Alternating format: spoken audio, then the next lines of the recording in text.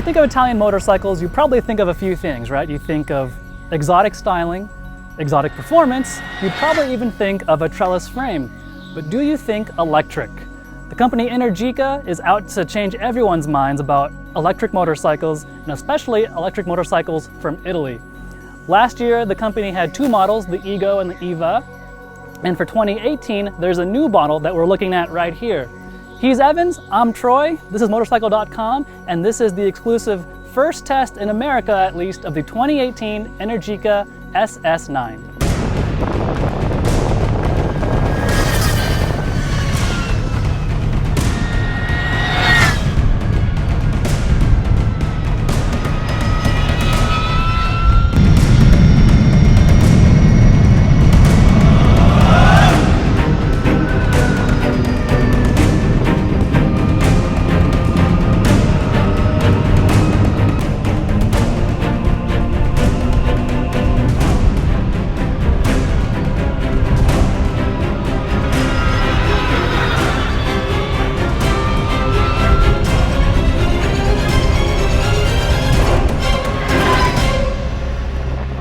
So the SS9 is based on the same platform as the Ego and the Eva.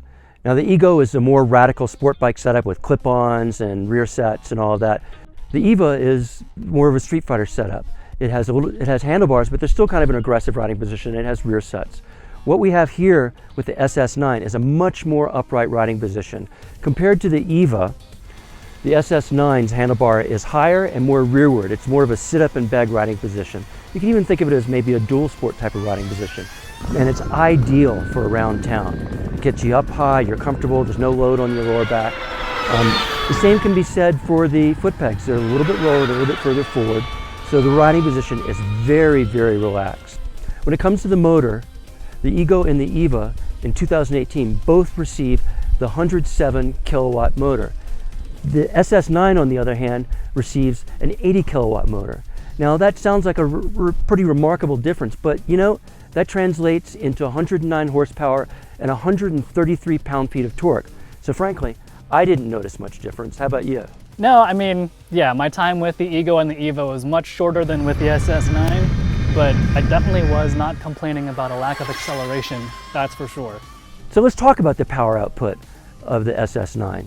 It has 4 ride modes. There is Eco, actually 5 if you include limp home mode, which we'll get to that later. So it has Eco, which extends the range. It has Urban, which gives a little softer power output. It has Rain, which really softens it because you've got all that torque going to the rear wheel, you don't want to spin it up. And it has Sport. Now, I spent most of my time in Sport. What about you, Troy? Same thing. There's really no reason not to be in Sport on a perfect day like today. Absolutely. The road up here was spectacular. We had it in Sport. Now that just determines the power output. The power regeneration also has 4 settings: off, low, medium, and a high. And when I was out sport riding, when I rode up the crest this weekend, I found that on the way up the mountain, I put it on low because uphill, gravity was working in my favor. And the amount of engine braking, air quotes, engine braking that I received from rolling up the throttle going uphill was just right, so that I barely had to touch the brake ever, except for maybe the tightest of corners. I was on a road I knew when to roll off, the engine braking, the regen would slow me down and I'd roll onto the corner. Going downhill, I found I wanted it more on medium because that made the regeneration a little more aggressive, and it made it a little bit more like my R6 in, say, 4th gear when I roll off the throttle. It was very predictable, and so going downhill, I did that. What I found when riding is I could tune how I applied the throttle. Going uphill, I mean, accelerating, it was really smooth. I could modulate the acceleration right down to neutral acceleration. There was no jerk from accelerating to neutral to off. So I could really fine tune the control. It was excellent how you could modulate the power output. I agree. Yeah, I know, exactly. I didn't mean to cut you off, but one of my things I noticed right away about the SS9 and the other 2 bikes too, the Ego and the Eva, is exactly what you said. You can dial on the electronic throttle. I would dare to say better than you could on a lot of gas bikes. Absolutely. I mean, I could dial in with pinpoint precision the exact amount of power I want or the exact amount of power that I don't want from very minute twists of my wrist. And that's not a thing we normally think about when riding motorcycles, is like those really tiny twists of our wrist. But when a bike like the SS9 is so good in that aspect, you kind of stop for a second and think to yourself, what is it about this bike that is capturing my attention?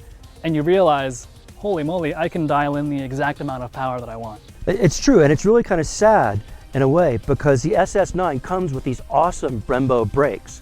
330 millimeter discs, radial mount, 4 pistons, and except when I felt that I needed to test them out, I really didn't do much with them. I was always using the regenerative braking to control my speed on corner entry. It's more about anticipating your corner speed, rolling off the throttle, getting it ready, and just rolling on through the whole corner. I find it to be really fun. It's safe, it's fast, it's exciting. Nonetheless, it's well over 500 pounds, and so you need every bit of the front and rear brakes to get this thing slowed down if you're riding even remotely aggressively in the canyons.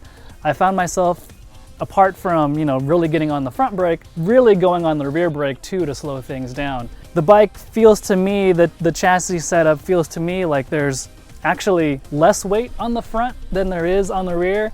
Like, it's not a scientific statement, it's just my seat of the pants feel. But I think that might be supported though if you look at the size of the motor and how rearward it is. There's a lot more bulk in the rear section of the engine compartment than there is typical on a motorcycle, especially with the stacked transmissions today. Exactly.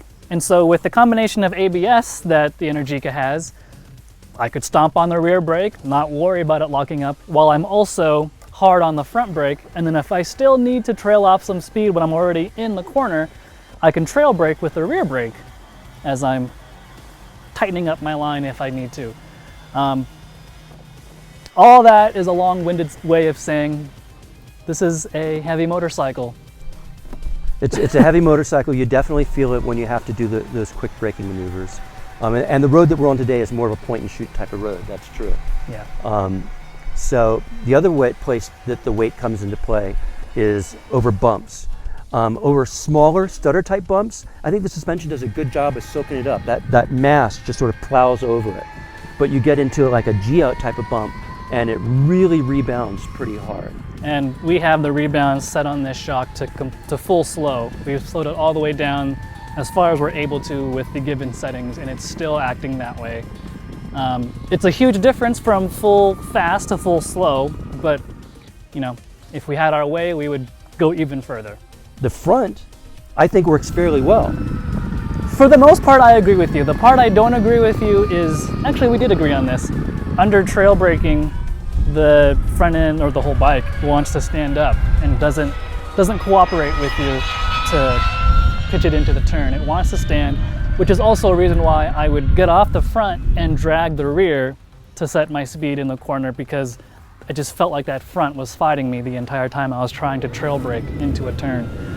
No, this weekend when I was riding up the crest, I noticed that right away. The bike will turn in really easily if you're rolling the throttle on. It likes to hold its line. It doesn't mind adjusting line mid-corner as long as you have positive throttle. The minute you're in deceleration and shift that weight forward, it wants to stand up. Absolutely. I think what we're trying to say here is that there are some bikes you can definitely point and shoot and be aggressive with, and there are other bikes where you need to be, not slow, but you need to flow with the corners. Swoopy. And be swoopy with it. Soft, gentle, predictable, and carry roll speed through a turn. The SS9 is absolutely one of those bikes. And we're harping so much on the performance of Energica, especially this Energica, because the company itself prides itself on performance. They are a performance-based company. They are the sole supplier of the Moto E Championship starting next year, which is the electric motorcycle racing championship that runs alongside MotoGP. The SS9, you can see here, has this kind of electric cafe racer styling to it. SS9 is actually the Italian equivalent to Route 66 here in the States. Only much shorter. Much, much shorter, but the idea is the same, right? Historic highway. Exactly. Twisty, fun, flowy, the kind of motorcycle any of us enthusiasts would love to go ride. So even though the styling of this bike is more cafe racerist, and it's beautiful. It's a beautiful motorcycle. The attention to detail. The attention to detail is stunning. But we're harping on the performance because Energica prides itself on exactly that. So performance riding eats battery power. That's the equation that's always been with electric bikes and will continue to be for the foreseeable future. This past weekend when I went up Angeles Crest Highway, I rode from my house up to Newcomb's Ranch. When I got there, I had 26% of battery left. Fortunately, I was smart enough to carry the charger with me, so I plugged it into the wall outlet there. They were nice enough to let me do that, and got about 10% more power in the hour I was there drinking iced tea and eating breakfast. So then, rode it back down the mountain. My plan was to get to the bottom of the mountain and go to the level 2 charger, which we'll get to in just a second, is included in this bike. So I rode it hard all the way down and got to the bottom of the mountain with about 10% of the battery left. Showed up at the level 2 charger, out of order. That's okay, there's another one about 3 miles away. Went to it, out of order. So I was now 15 miles from home with the readout saying I had 13 miles of range to get home. I grit my teeth and decided that we would see how far we could go. And I limped. By the time I got home, it was in limp home mode. Maximum speed is about 21 miles per hour. But I got home, but it was reading 0 and the mileage was all dashes. And I got home, so I made it. It was kind of exciting, but I wouldn't want to have to do that on a daily basis. Final tally was 85.7 miles of hardcore sport riding with a 10% bump in the middle. So I think that's pretty good considering how far I pushed it. The cool thing though is that with a level 2 charge capability, you can go from 0 to 80% charge in 20 minutes if you have a fast charge. Yeah, that's level 3, access. the DC charger. Sorry, yeah. level 3 access. So, and that's right here under the seat. It's built in. You don't have to carry a charger with you unless you want to plug into a wall outlet, your standard 110 wall outlet. In Southern California, at least, there are level 2 chargers all over the place. Maybe not up in the mountains where the sport riding is, but around town, especially where I live in Burbank, it's hard to go 5 miles without seeing one. It's crazy. They're everywhere. They're at the library. They're on the street. They're at my local Starbucks. That one even has level 2 chargers and the DC fast charger. So, the infrastructure is coming along, at least in California, and so it's only a matter of time.